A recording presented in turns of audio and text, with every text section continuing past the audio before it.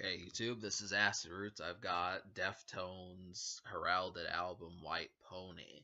Now, this came out 3 years after their 97 album Around the Fur, which I kind of quietly reviewed back in September or so. And the thing about that album was that had more similarities to new metal and a little bit of like Limp Bizkit's $3 Bill Y'all, Snots Get Some, and a couple other cats that came out around that time, maybe even Roots by Sepultura. But really, they it feels like the intake that they had concerning the 3 years between White Pony and Around the Fur, it seems like they improved just because they felt more comfortable. And I think Chino Moreno, I do appreciate this project, and overall, I like the singles better. Now, obviously, the radio did as well. I feel like the song Change, that one just feels like a song that you listen to uh, when you've got something like a fog machine going or something like that. It just feels so hazy. That's really my favorite part about it, is both that song and Digital Bath. The singles that they were aiming for, I mean, this feels less like a metal record and more like uh, I mean, it has similarities to Korn for one thing, but then it also just feels like a experimental type thing. I think that's what they were aiming for, just a real trippy trip of an album.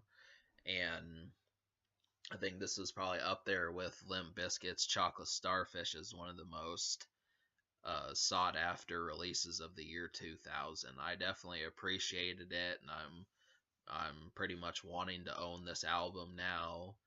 Now, Digital Bath did not chart, but I think it did chart. So they had three songs that charted. Back to School, which was the metal sounding song. I think really I kind of like the trace of that, but apparently I think folks were vibing more with the experimental and kind of those type songs because those were the ones that seemed to chart higher. So, uh, Change and Digital Bath both were pretty high charting songs, especially Change. And these are great. I definitely feel like you're missing out. Now, obviously, I'm not saying that not everyone hasn't heard these songs. Obviously, for any folks that have forgotten about these songs, it's just as important to go back and mess with it. When I listen to the radio, I don't really hear Deftones that much.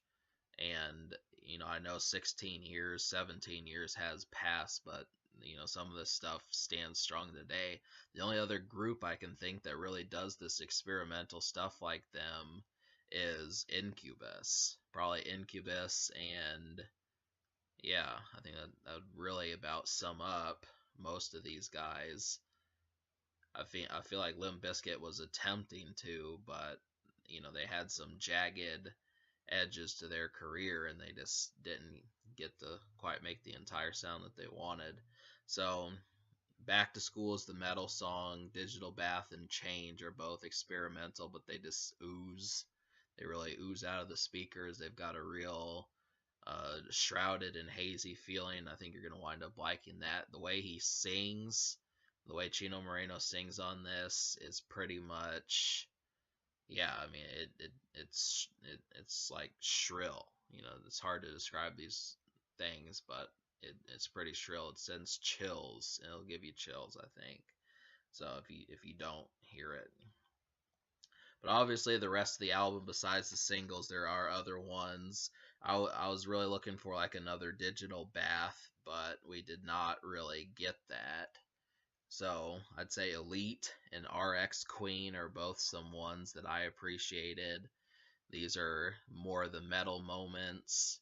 Now, obviously, you know, thinking about how far the support of this album went, I know that this was actually one of the favorites, and I've looked on places, websites that have reviewed rock music, and they've said that this is definitely one of their best. And I do think, really, just like I appreciated Chocolate Starfish, I do see myself listening to this album outside of the singles. I know the song Passengers was one that was pretty popular, but I preferred Korea and Elite. Both of these, those just go nuts. They basically go nuts, and so especially Elite, that one I think is a pretty sharp song, just like Back to School. And I feel like if there probably should have been a fourth single, it probably should have been one of those.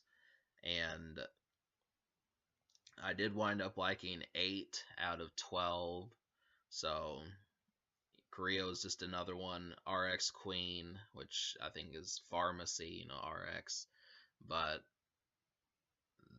some of these are kind of mellow. They don't really do alternative metal as much. I mean, the guitar riffs are either not present or extremely mean, lean, and ferocious.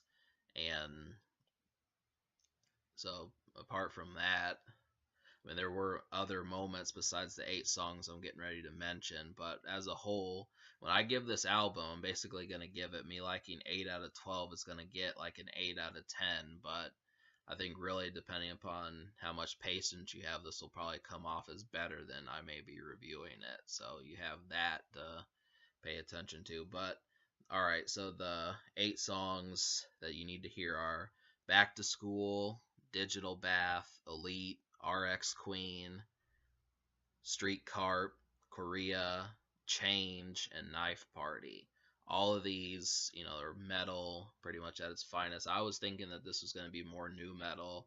I really thought that that's what they were going to do. When I listened to Around the Fur, I was thinking if we could have taken the punch that that album had and then put more dangerous riffs and polish to make the songs more present on the charts, I think that they pretty much would have nailed it.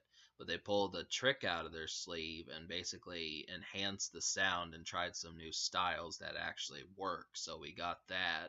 The audiences liked it, and we have something that hasn't really been done, maybe a shit ton. I read, that it's been said that maybe Nine Inch Nails has done this sort of stuff, but I wouldn't know that. So obviously, this is a treat. So the social score gets an 8 out of 10. That means how well it plays around your friends. I Yeah, I could basically give it a higher score, but really Deftones is kind of tricky because I just don't hear them on my radio that much. And I'd like to hear more of them. But can this record be topped? Not really. I think an 8 is pretty much where it's at. Just a little bit better. But the Future, yeah, they came out with an album just about a year ago, about April or so last year. They came out with one. So really, you get this album, this is definitely one. If you don't own this album, it's pretty much bargain bin, so there's no excuse not to own it. But all right, subscribe for more fun. Fuck with Digital Bath, fuck with Change, fuck with Elite. These are some key tracks. Subscribe for more fun, if I didn't say that already.